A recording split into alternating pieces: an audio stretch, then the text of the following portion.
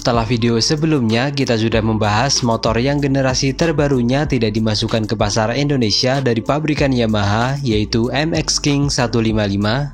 Di video kedua ini, saya akan membahas motor di segmen yang sama, namun dari pabrikan kompetitornya, yaitu Honda. Adalah generasi terbaru dari Supra GTR 150. Atau di luar Indonesia memiliki nama lain Honda Winner X 150.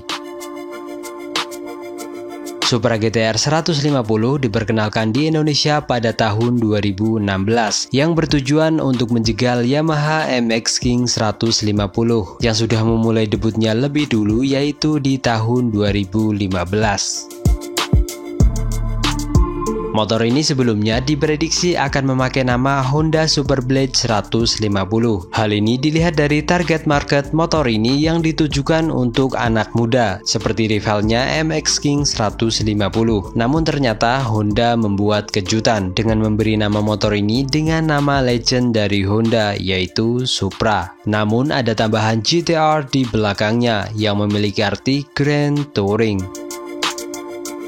Keputusan Honda memakai nama Supra di bebek supernya ini tentunya tidak lepas dari pro dan kontra. Ada yang pro karena menganggap nama tersebut adalah nama legend yang pernah berjaya pada masanya, dan Honda mencoba menghidupkan nama tersebut dengan menempelnya di bebek super ini. Dan tidak sedikit pula yang kontra. Mereka beralasan nama ini sudah identik dengan bapak-bapak.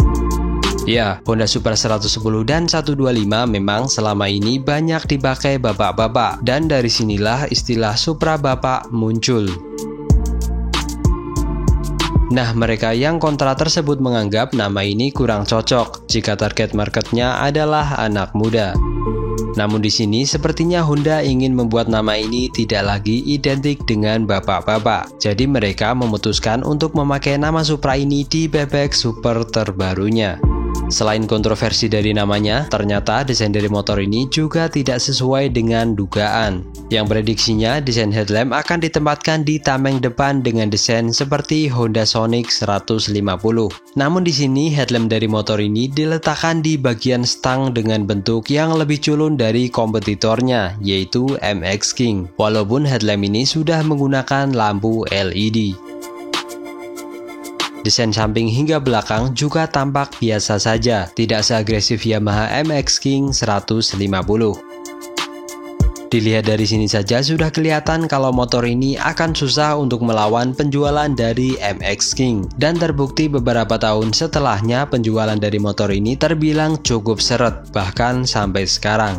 Ditambah lagi desain dari motor ini yang masih sama dari pertama kali motor ini dirilis, yang membuat penjualannya di Indonesia semakin nyungsep. Iya, di Indonesia. Berbeda dengan di negara tetangga yaitu Vietnam, yang di sana memiliki nama Honda Winner X 150. Di sana motor ini masih memiliki cukup banyak penggemar. Hal ini dibuktikan dengan perilisan generasi terbaru dari motor ini yang berubah menjadi semakin agresif seperti ini. Desain ini sesuai dengan yang diimpikan bikers Indonesia, mungkin juga bikers di sana, yang mendapatkan headlamp berada di bagian tameng depan dengan desain menunduk yang agresif. Bagian bodi tengah hingga belakang juga sangat keren, dengan lekukan dinamis serba meruncing. Terdapat pula lubang udara di bagian tengah bodi yang membuat motor ini terlihat semakin sporty. Untuk video lebih lengkap secara keseluruhan tentang motor ini sudah pernah saya buat ketika motor ini dirilis. Bisa kalian klik linknya di kolom deskripsi di bawah. Nah, sampai ke inti pembahasan. Kira-kira kenapa ya sampai sekarang motor sekeren ini tidak masuk pasar tanah air? Ada beberapa kemungkinan. Yang pertama, jelas, karena di Indonesia segmen motor bebek memang sudah babak belur dihajar oleh skuter matic, baik bebek Yamaha maupun Honda. Tentunya hal ini membuat AHM berpikir dua kali untuk memboyong motor ini ke tanah air. Kemungkinan kedua adalah di bagian desain. Walaupun motor ini sangat keren dan mendapat banyak pujian di tanah air, namun di sini sepertinya Honda masih berpegang pada pengalaman beberapa tahun lalu, yaitu yang menganggap motor bebek dengan headlamp di bagian dada masih kurang cocok di Indonesia. Hal ini melihat dari kegagalan beberapa motor bebek kala itu yang menerapkan desain ini dan gagal dalam penjualan, seperti Suzuki Arashi, Kawasaki ZX 130, sampai Honda Blade generasi pertama.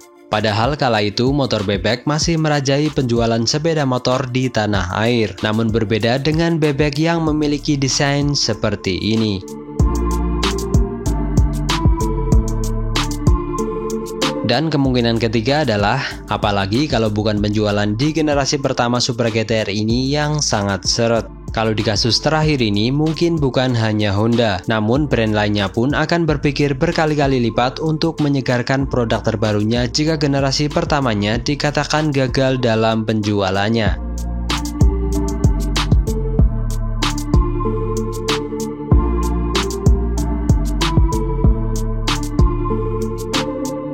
Nah, itu dia kemungkinan alasan kenapa Honda tidak memasukkan Supra GTR terbaru atau Winner X 150 ke Indonesia. Kalau ada alasan lain yang kalian tahu dan belum saya sampaikan di video ini, silahkan tulis di kolom komentar di bawah. Oke, sekian video ini. Semoga bermanfaat dan terima kasih.